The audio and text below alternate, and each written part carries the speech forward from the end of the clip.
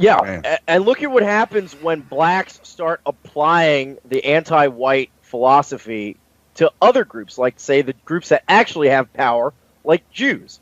We see this with the great controversy going on now with the Black Lives Matter leader, Tamika Mallory. Now, just a quick note on Vice.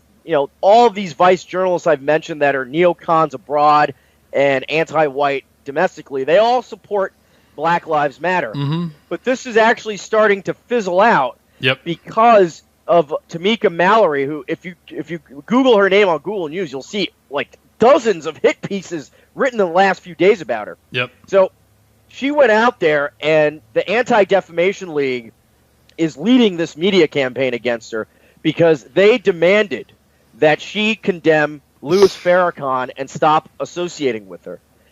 Instead of doing what they said, to her credit, Tamika Mallory doubled down on Farrakhan and then launched a counter-offensive, a black PR counterattack against the ADL. And Tamika Mallory is the reason why the ADL got shut out from the new Starbucks anti-white training. That's my favorite narrative collision of the year. Well, what was interesting is that blacks effectively, quote unquote, won in that conflict, which is not to say that I have any approval for the Starbucks anti-white training, because I don't. But the fact that there was an instance where blacks and Jews came into conflict was interesting and something we need to try to make happen more often. Well, no, it's not that we have to make anything happen. It's that we have to encourage blacks to start thinking as blacks first and start pushing for their own interests. Just like we have to take our own side, blacks need to start taking their own side. They can't be led by the Anti-Defamation League that is using them as cynical chess pieces to control whites, to put down white dissent. So the most interesting aspect of this whole Tamika Mallory ADL clash is that Shaun King, the infamous Talcum X, came out to defend her. Now, most of the blue checkmark Antifa journalists on Twitter haven't defended Tamika Mallory because they know who butters their bagel. They know who butters their bagel. So, I've never heard that one. That's a good one. So Shaun King went out there, and guess what? Jonathan Greenblatt pounced. Shaun King has about 5 or 6 different editorials from Jews calling him an anti-Semite, saying, You're not a real anti-oppression activist if you don't acknowledge Jewish oppression. Fuck you. And Shaun King made a very obvious point. He said, while the ADL complains about words Farrakhan uses, it comes out and it openly defends gunning down babies in Palestine. Literally snipers shooting babies, unarmed protesters in Palestine. Yeah. So he said it. He said, how am I supposed to take your quote-unquote concern for social justice seriously when we obviously have two very different views of what that entails? Yeah, and I would say coming after him. I would say to Shaun King and all these people, like, look, we're not going to agree on a lot of shit, right? No, and he does a lot of shitty things. And he does a lot of innocent men are in jail thanks to him. Yes, he has. I don't want to like sidle up and buddy up with Shaun King because of this, but it's an interesting thing.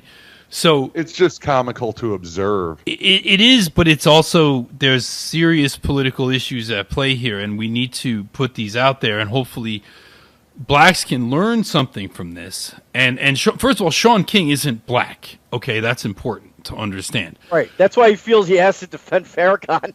But the amazing you ain't a real black. But that's kind of a funny thing, right? The fact that he is a white person pretending to be black, he's trying to gain cred. He cares like actually more about what black people think than what Jews think. So that's like an interesting thing.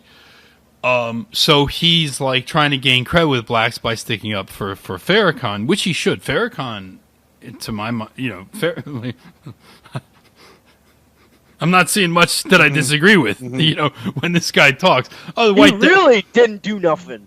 The white devil stuff and things like that, it's like whatever. But, I don't agree with that stuff from him. But he goes very hard on the Jews, and I think it was something like his son died recently. Yeah. And the Jews are like, and Shaun King even said, like, this man's son just died, and all these Jewish people are asking me to condemn him, and I just won't do it. And then, like, it just blew up.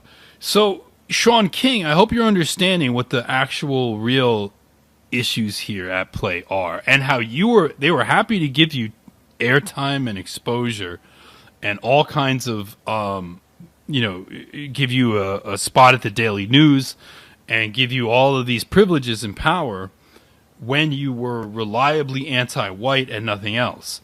But now that you've kind of been equivocal on this issue, and now that you're siding with Palestinians, I mean, that's not something that can be acceptable according to this worldview.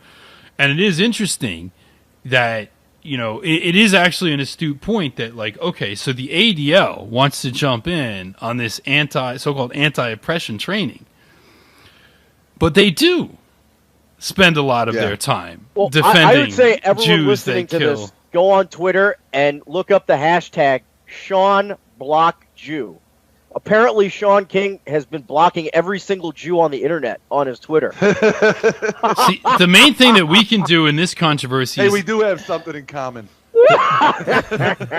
The main thing we can do here is amplify this conflict, because this is a conflict that we want. Now, we don't need to even like Shaun King. I don't like him. He's thrown our people to the wolves. Jacob Goodwin and the rest of them, he set witch hunting mobs on a group of white men that were simply defending themselves from a black aggressor in DeAndre Harris and Corey Long.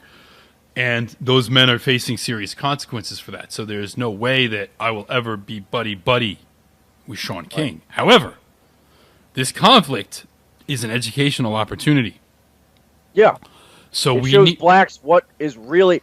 Yeah. Why... it's not that Mort Zuckerman at the Daily News agrees with Shaun King's politics. He just finds it useful in the short term because Shaun King and Mort Zuckerman have the same enemies, allegedly. Well, how long is Mort Zuckerman gonna employ Shaun King after this incident? I mean, I wouldn't.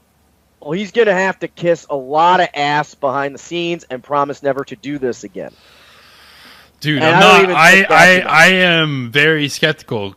Mort Zuckerman is not going to be sympathetic to Shaun King's refusal to disavow Farrakhan, and in fact, his open talking about how, because of his support of Farrakhan, Jews are coming in. This is not something I think that Zuckerman is going to be able to overlook. Yeah, I can't wait to see how this plays out. It's going to be interesting because, the black-Jewish relationship has always been very fragile. Yeah. Because Jews know that blacks aren't equal to them. Jews all know blacks are inferior to them. Like, they think that. So that's not controversial amongst them. And so the fact that they team up with certain blacks against whites is really a master-slave relationship if I've ever seen one. And once the slaves become self-aware, then they cut them loose. And I think if Shaun doesn't start shutting up soon, and he doesn't stop blocking Jews on Twitter, they're going to shut him down, and it's going to be nasty. Yep. And he's going to see just how powerless blacks really are in America right now. Yeah, that's the thing. It's like black power is really blacks being used as a proxy for Jewish power. And when you see blacks like Gucci Mane coming to realize, like, wait, wait a sec, and Ice-T like red pilled him, and he was like, so all these people in this board meeting are Jews, and Ice-T was like, he's like, why do these white people want me to act more gangster in my videos? And Ice-T's like, yeah, those aren't white people. Those aren't white people.